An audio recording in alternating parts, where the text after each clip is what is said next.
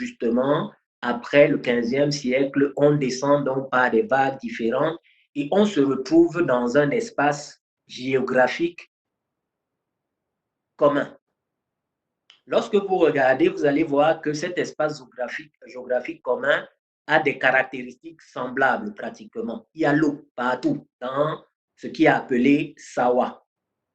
Sawa étant une expression qui a aussi été utilisée, n'est-ce pas, dans le commerce, hein, aux alentours justement du 16e, 17e siècle, étant donné qu'une langue s'était développée comme la langue du commerce dans la sous-région. Donc, nous voyons donc qu'il y a de l'eau, hein, des courants d'eau qui circulent partout avec des lacs et des trucs. Donc, c'est les premiers signes de reconnaissance, n'est-ce pas, de nos élémentaux. Nous avons tous en commun l'eau. Parce que, n'est-ce pas, nous pouvons voir que si nos ancêtres communs ont navigué sur ces eaux pendant tout ce temps avec les difficultés qu'on connaît, ça veut dire que ces personnes devaient bien savoir comment on peut se déplacer sur l'eau. Nous voyons bien qu'avec les technologies modernes, ce n'est pas un exercice facile. Donc, on retrouve donc déjà là aussi des éléments d'une spiritualité commune, c'est-à-dire que d'une manifestation de l'esprit que nous avons en commun. Cette manifestation de l'esprit se déployant dans l'eau. On parle des anges de l'eau, par exemple. C'est reconnu dans les traditions ésotériques et autres, même dans les autres traditions. La preuve en est que lorsque les manipulateurs arrivent chez nous, parmi les 4 éléments de déstabilisation qui sont cités, le premier était il faut les éloigner de leur spiritualité. Parce que ils savent exactement de quoi ils parlent lorsqu'ils parlent de l'eau et de ce qui est venu de l'eau. Ils y sont profondément liés, alors il faut les éloigner de cela. Donc, nous voyons que nous avons l'eau en commun et nous sommes tous pratiquement quelque part où il y a l'eau à côté. Ensuite, nous avons la terre, évidemment, et nous voyons très bien que la région du Sawaland est la région la plus prospère de cette zone géographique appelée et politique aujourd'hui appelée Cameroun. Donc, ce n'est pas non plus le fait du hasard. Donc, nous avons une terre qui est aussi une manifestation et nous savons tous très bien que tout ce que nous faisons comme culture lorsque nous dansons, nous avons une manière très précise de taper nos pieds sur le sol.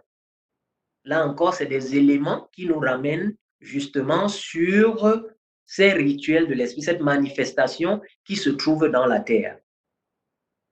Nous voyons très bien que lorsque nous faisons ce qu'on appelle les processions, dont les libations et autres, nous versons du vin à terre et autres, hein, pour s'adresser aux différents ancêtres, nous avons des méthodes particulières. Ça veut dire que nous avons reconnu dans cette manifestation de la terre des éléments de l'esprit qui s'y trouvent et avec lesquels, au travers de nos ancêtres, nous communions aussi. Et nous avons donc aussi la forêt, comme vous pouvez voir derrière. Et comme tous les enfants qui sont dans Sawa, on voit très bien le bois qui sort d'une came et autre qui est un bois très précieux et autres. Hein? Et nous avons la montagne. La montagne qui est vraiment quelque chose de magnifique. Quand on remonte jusqu'à l'Empire Congo, on va retrouver que les grandes manifestations justement spirituelles se passaient dans les montagnes. Nous, on n'avait pas de religion et on avait diverses manières justement de faire nos cultes, c'est-à-dire que entretenir l'ancien, entretenir ce qui est ancien, ce qui nous a été légué. Donc, on avait donc recours à la montagne parce que justement la montagne rassemble dans ces différents principes de la création. Et comme on dit, la terre même est sortie de l'eau comme une montagne. Hein?